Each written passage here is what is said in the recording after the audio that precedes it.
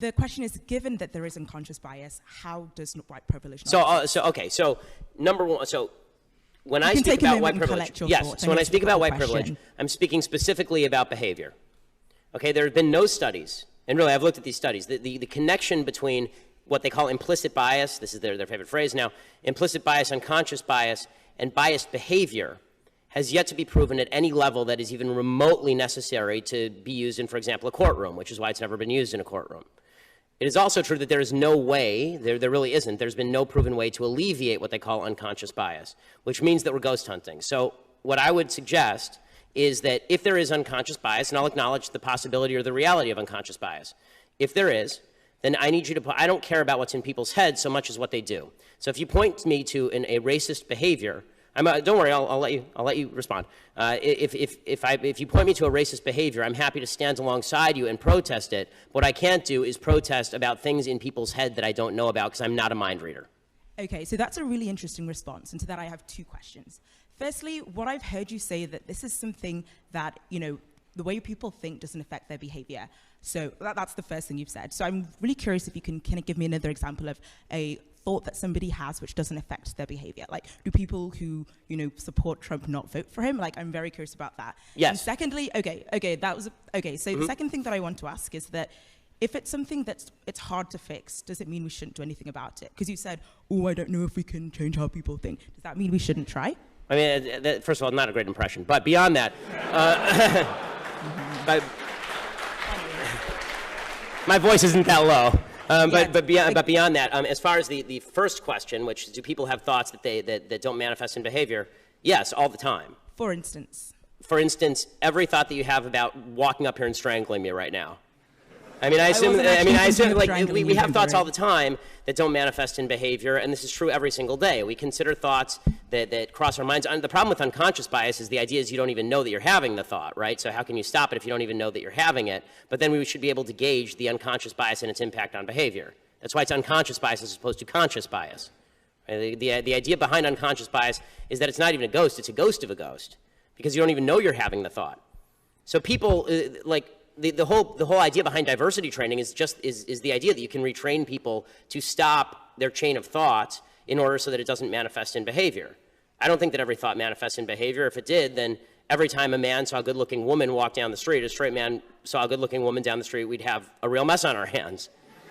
So the second question, the idea was a little too broad for me to respond to, which is, just because something is tough, don't we have to face up to it? Yes, we have to face up to tough things all the time. And one of the tough things I would suggest that we face up to is that you have a lot more control over your own behavior and the decisions you make than the supposedly widespread unconscious bias of people you've never met.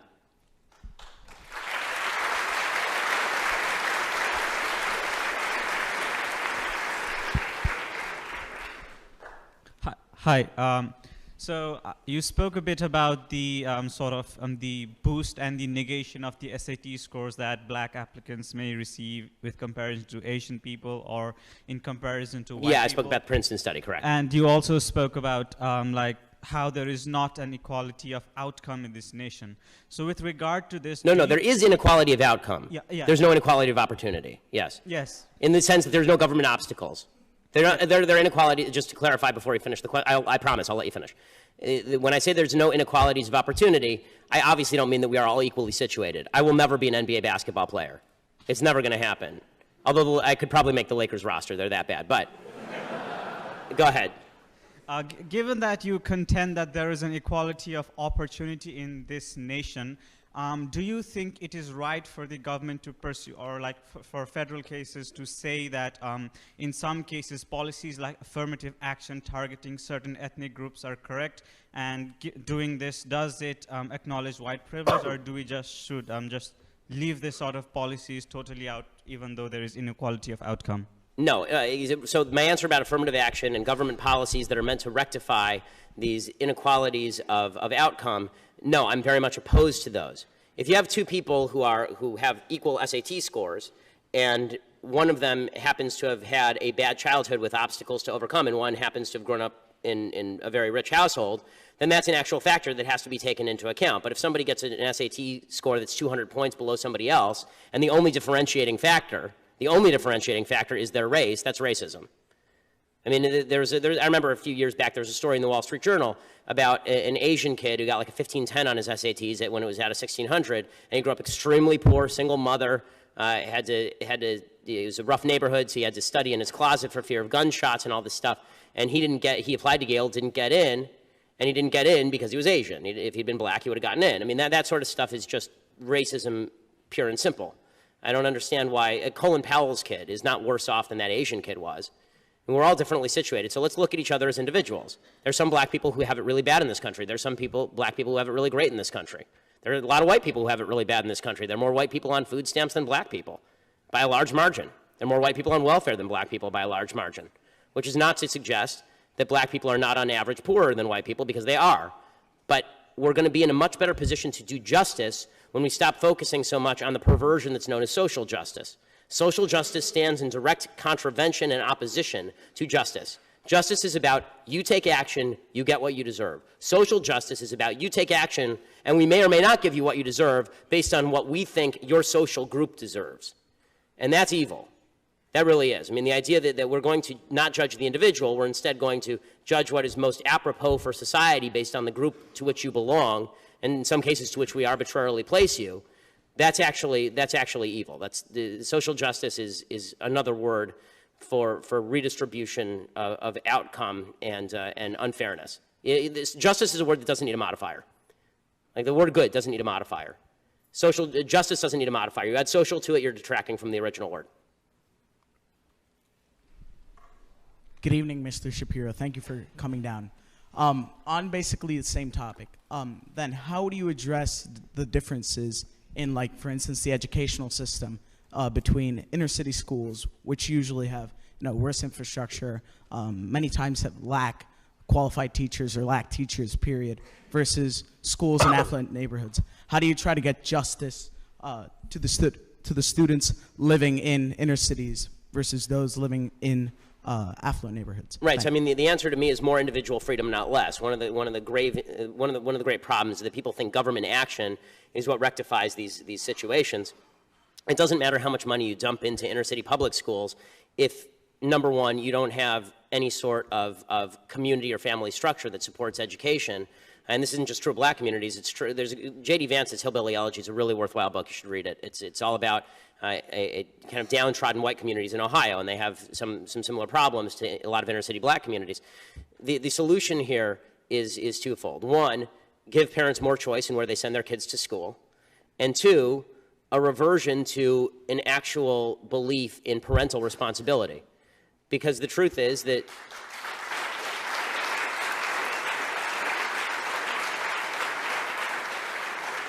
the idea that kids are failing in the inner city because they just have bad teachers isn't true. I mean, if you've ever met the teachers in the inner city, some of them are wonderful. And some of them, they're really doing the best they can, I think. I think the bigger problem that you have is when you have broken families and you have people who are not inculcating the value of education, and when you have people who are saying to young people, and this is true all over the country regardless of race, this is one of my problems with this election, is I think all of the candidates in their own way are basically saying, you're a victim of the society, so individual responsibility no longer devolves to you. If you actually have parents saying to their own kids, okay, I expect you to do well. I expect you to get an education. It's not a suggestion, it's an expectation that you're going to work hard. Then there really is, that's the only way that this is ever going to get solved. Parents are I have my own kids, I'm the one, in the end, even if there are no, I'm not going to send my kid to public school. I'm going to send my kid to private schools because the public schools in my area are a failure. LAUSD spends about $10,000 per student per year, and it's the worst school district in America. I'm going to send my kids to private school, but even if there were no private schools available, my job is educating my kids, just like my job is feeding my kids. My job is to take care of my kids. If I do nothing else in my life, taking care of my kids is my sole responsibility, and people who fail to recognize this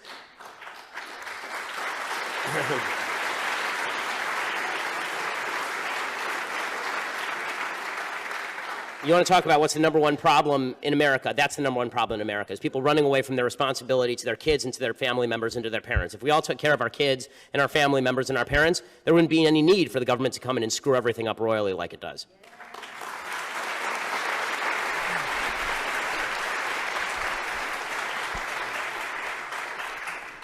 Hi, Ben. I'm not a Yale student, but I'm down here because I was interested in the presentation. The question I have is related to affirmative action, and it's a topic that I don't think is discussed often. And the topic is such that, you know, me seeing affirmative action at universities and in the workplace, I work for the state of Connecticut, where we have an affirmative action department, and some of the hiring is based upon race. And the thing I don't hear discussed is basically the downside of this being that, you know, for myself, anytime I'm looking at people maybe applying for jobs or getting things, or me selecting a physician or a lawyer or something, this question is coming to my mind, and I don't think it's fair for me to have this in my mind, but it's like, well, are they where they are because of some policy like affirmative action? Is that how they got to be where they were, or are they really qualified, whether it's a pilot, a lawyer, anything like that? And this is a thing I think a lot of people have in their minds, is they're not sure nowadays if people are getting where they are because they got some, you know, privilege because of their race, or they really worked for it. And, you know, that's something in the back of my mind and other people I talked to, and I wanted your opinion on that. Well, I mean, I think obviously that's true. I mean, if there are programs that benefit a particular group of people at the expense of another group of people, people are going to wonder whether the beneficiary group got there through merit or whether they got through because of a specific program. I mean, that's just normal human response. You know, does that mean that the person actually got there not because of merit? Of course not, and that's not what you're saying. But that question is an open question. I mean, obviously, if you know that some people in a particular group got 5 points extra on a test, you don't know which of those people got 5 points extra on the test. I'll also say that affirmative action, which I'm against all the way across the board, it becomes particularly counterproductive in the realm of public sector contracts. When you're talking about the government hiring people with lower standards because of their race, I don't care what the race is of the fireman who saves me. I just care that he's able to carry my fat rear out the back door. And you know, I think that the government shouldn't be in the business of trying to rectify all of history's injustices. The government should be in the business of trying to find the best people for the job, since I'm a taxpayer and I pay those people's salary. Thank you.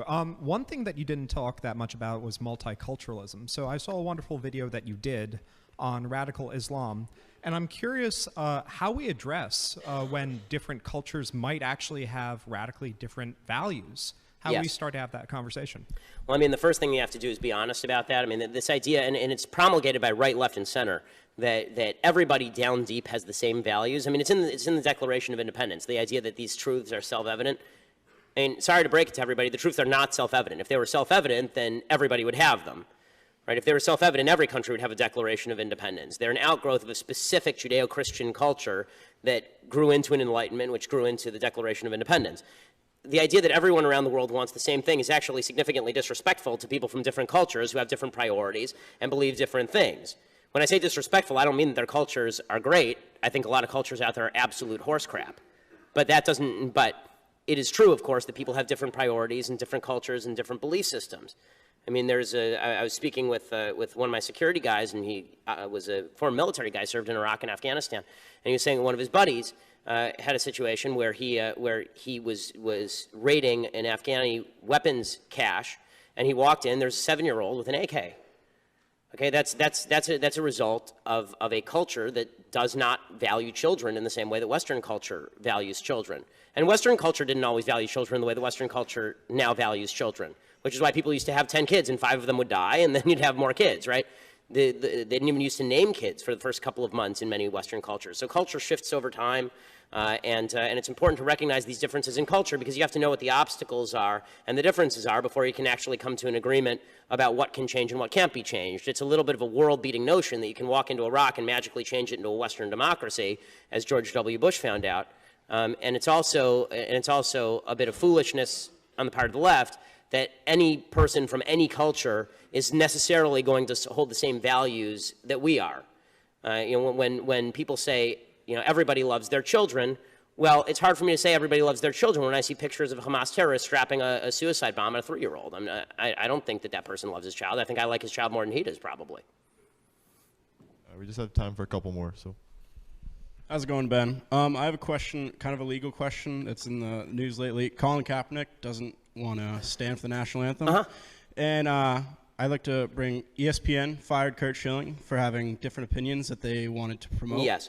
Can the NFL, Roger Goodell, technically just get rid of Colin Kaepernick from I mean, I don't know how the contractual situation works between the NFL and the teams. Whether he can.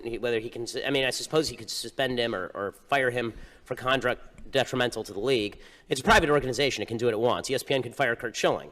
You may disagree with their decision to fire Kurt Schilling. I did, but I think that the idea that the NFL is somehow barred from doing that is silly. Now, do I think the NFL should get rid of Colin Kaepernick? No, I don't actually. I think that Colin Kaepernick should be allowed to do that, and people should be allowed to boo him and root against him and hope that he gets sacked every time he gets on the field.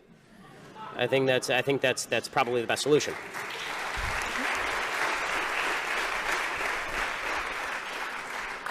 Hi, I just have a couple of questions of clarification. So, sure. You touched on it a little bit towards the end of your lecture, but if you could describe more, I guess, like elaborate more on what you mean by decency and these fundamental values, especially in light of the statements that you just made in response to the question, not this last question, but before this, recognizing the fluidity of culture and cultural values and the existence of cultures that don't necessarily share the same values, and how do you account for that, moving towards a common set of values? How do you, if you believe that it is useful, develop coalition politics in order to move towards a collective sense of value? How do you reconcile individual motivation if you believe fundamentally? Yeah, I mean, there's a lot of complexity here, but yes. Yeah, I mean, so but honestly, I mean, these are high-stakes questions. Not to go all religious on you, but leaving aside the religious aspects of the Ten Commandments, I think that would be a pretty good place to start with basic decency. Right? Don't steal,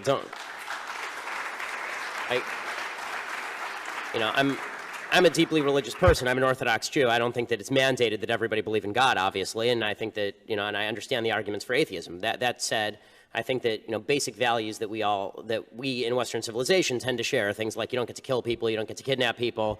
I think that values that have developed later, anti-slavery values, for example, that are a later breaking development from Western civilization, but have roots in Judeo-Christian civilization. Those are values that are fundamental values of decency. The ones embodied in the Constitution seem to me to be good values. Like, I don't get to harm you because I don't get to use the government as a club against you because I disagree with what you say. I don't get to use the government as a club against you because I disagree with your religious practice that doesn't infringe on me. I have sort of a John Stuart Mill view of interpersonal decency when it comes to governmental intervention, and that is I get to wave my fist around as much as I want so long as it doesn't hit your face. I just wonder about the slipperiness of that, right? Because that same value system has been used to justify a number of things that I think we would understand to be fundamentally unjust. Well, give me an example. So as I say, the John Stuart Mill system would definitely not value slavery. I mean, that's not me waving my fist around until I hit your face. That's me putting you in chains. I mean, that's a fundamental human evil because I'm violating somebody else's rights.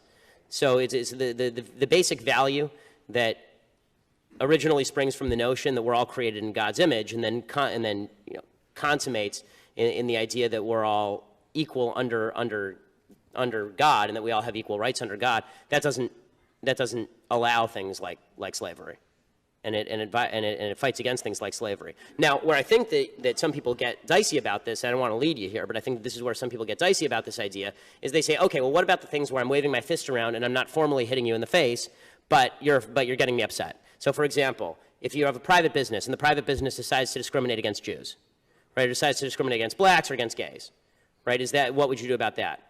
So I don't think the government has any business telling private businesses what to do, because I think that capitalism is colorblind, and that means that if somebody discriminates against Jews or blacks or gays, they'll go out of business. There'll be other people who offer their services.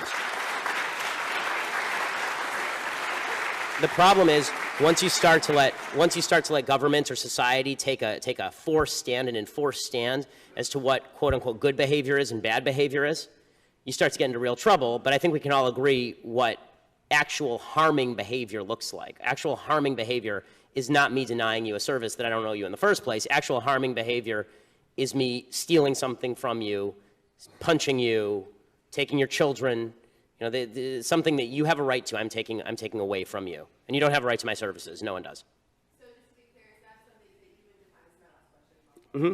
Is that something that you would define in objection, I mean, that you set sort of in opposition to things like microaggressions and terrorism that you find to be false on the grounds that they are subjectively offensive? Are the things that you just listed things that you would find to be objectively offensive? Well, I mean, so now you're getting into a broader question, which is, are any values objective or subjective? All values, I suppose, in the end, are going to be subjective, but I think the ones that we can most easily agree on, and the ones to which there's an objective standard anyway, that doesn't require you to read my mind. Let's find a standard where we don't have to read each other's mind. So a standard where I don't have, microaggressions require me to read your mind. I have to try and figure out what's going to offend you and what's not. I don't have to read your mind to know you probably don't want me to punch you in the face. Right? Like there's an objective standard there where I don't have to read your mind. We all sort of agree. And if we can't agree on that, we can't agree on literally anything, and then society's over. So I guess time to buy your food parcels and build your bomb shelters, if that's the case. If we can't all agree it's bad to hit each other in the face, then we have no place to start. Thanks so much.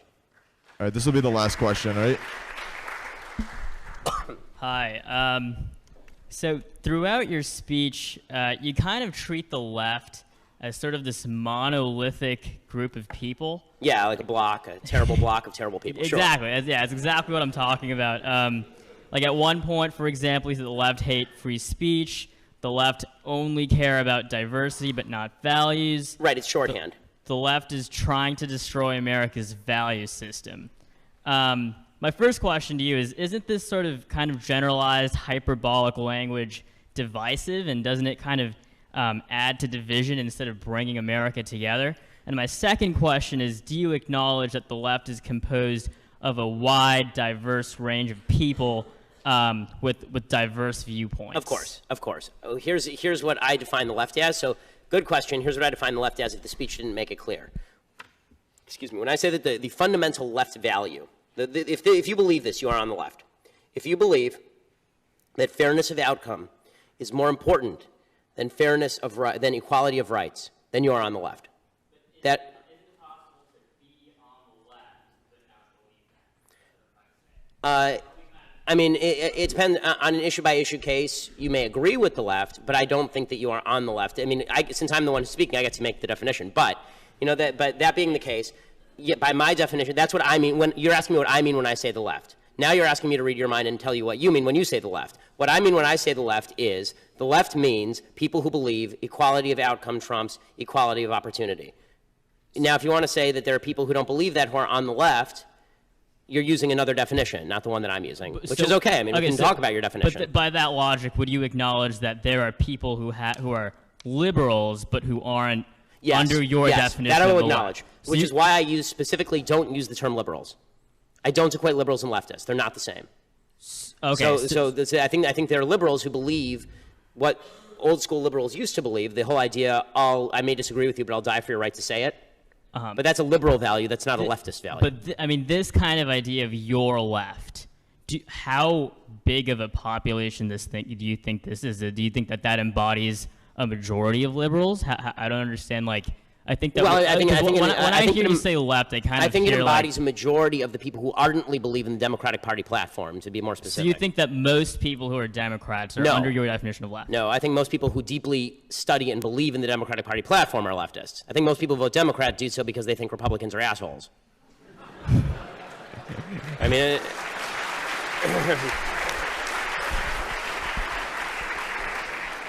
Thank you all so much for coming. Have a good night. Thanks.